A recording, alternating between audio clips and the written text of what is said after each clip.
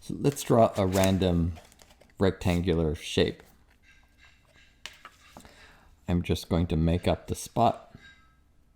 It's a 2-point perspective shape. I'm going to put it down here.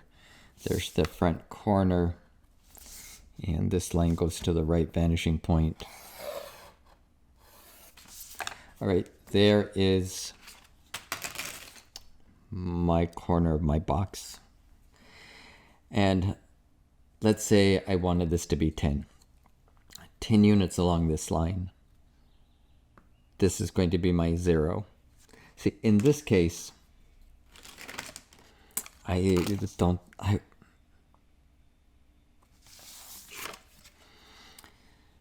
in this case, I would keep the measuring line right where it is.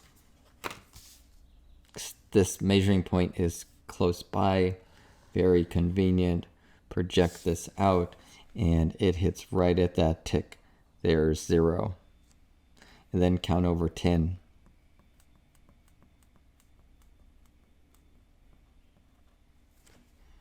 And then come back. And there's 10. On the other side, if we wanted that to be 10,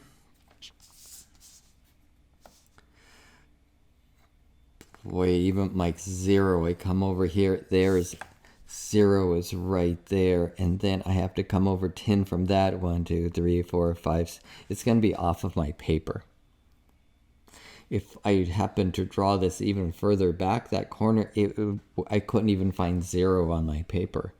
So this method works well sometimes, and other times it doesn't work so well. So in this case over here, I would bring the measuring line back. Let's not make it 10.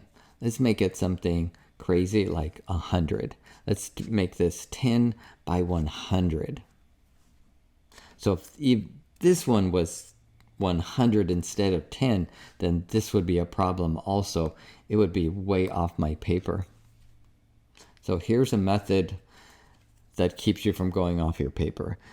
There is hardly ever a circumstance where you need to go off your paper. There's workarounds for every problem. Here's a 0 right there, found through this measuring point. I'm going to use this measuring point as a reference point for the other side.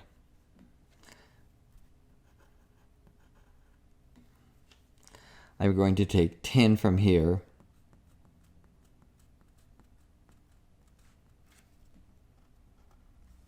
and take that, and I'm going to bring it back in space.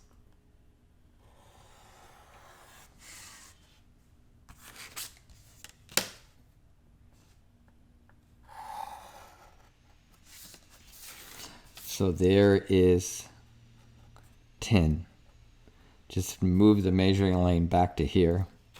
And then, if I did want it to be 10, then I could just do this.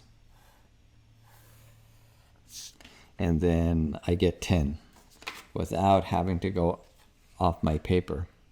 But if I wanted it to be 100, well, I have a lot of room over here. I'm going to go over 10 more. But easier than counting over 10 and coming back might just be to take my ruler and measure this and then bring it here. And then I have 20. And I could have room to come over here. 30. 40. So here 10, 20, 30, 40. And come up back to measuring point. And that would be 40. Now I'm going to take this 40 and bring that back in space. This line, this blue line, goes to this vanishing point. Now I'm using this as my reference point. Any line I draw between this blue line and this green line is going to be 40.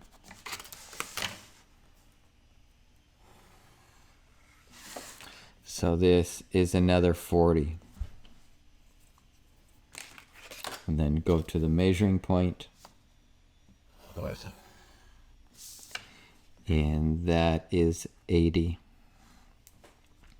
Now I need 20 more. Just taking this measuring line and pulling it back. And then taking the measuring line and pulling it back. You can do this out to infinity with never going off your paper. So I have 80, I just need 20 more.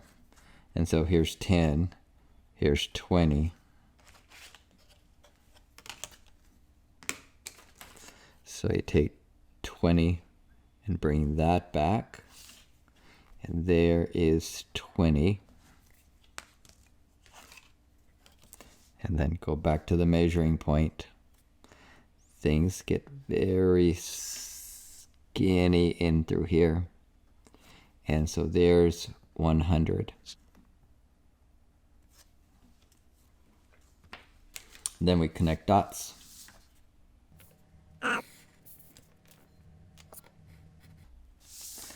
And now we have 20 by 100.